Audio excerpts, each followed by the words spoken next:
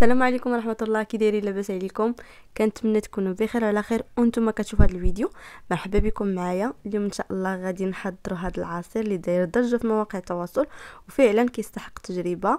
انا شفتو وجربته وفعلا كيجي زوين بزاف ولذيذ، وبحال اللي كناخذو تماما في يعني على برا.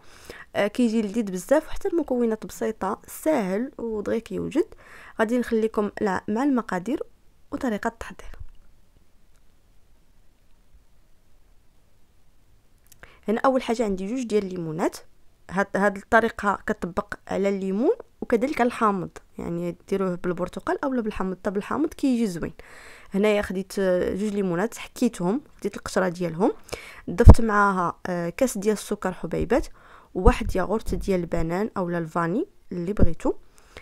صافي غادي نطرب هاد المكونات مزيان بالطراب اليدوي.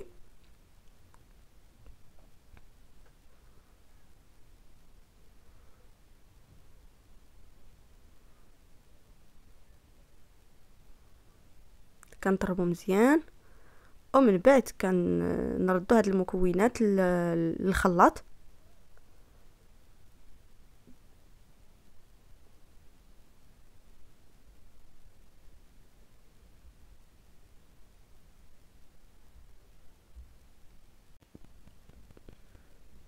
صافي هنا غادي ناخذ دوك جوج ديال الليمونات اللي كنت حكيتهم، غادي نحيد لهم القشره، وتحيدوا حتى ديك القشره البيضاء حيت كتطلق المروره في العصير، وكتحيدوا ليه حتى العظم، يعني الا كانوا فيه هكا شي عظم كتحيدوهم.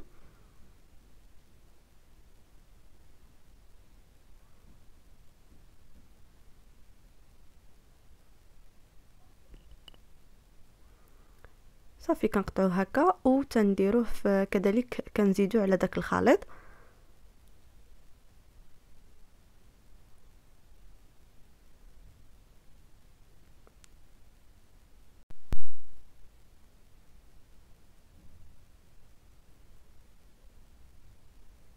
صافي هنا درت الليمون كامل اللي قطعت، جوج ديال الليمونات. صافي هنا ضفت واحد الكميه ديال الماء، تقريبا واحد نصيطرو ديال الماء، حيت مازال غنضيفوا الماء من بعد، وتنخلط هاد المكونات مزيان. صافي هنا من بعد ما خلطت المكونات غادي نصفيهم في الصفايه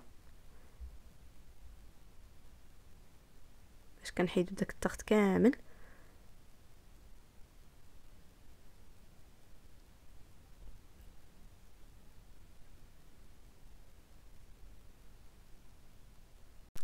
صافي هنا بعد ما صفيتو ضفت ليه الماء، تقريبا كتضيف واحد نصف لتر اخر ديال الماء، وصافي وكديروا في شي قريعه. كيجي البنات لذيذ بزاف صراحه، راه كيستحق تجربه. كنتمنى ان شاء الله تجربوه من الاعجاب ديالكم، ونتلاقاو ان شاء الله في فيديو جديد مع وصفه جديده. سلام.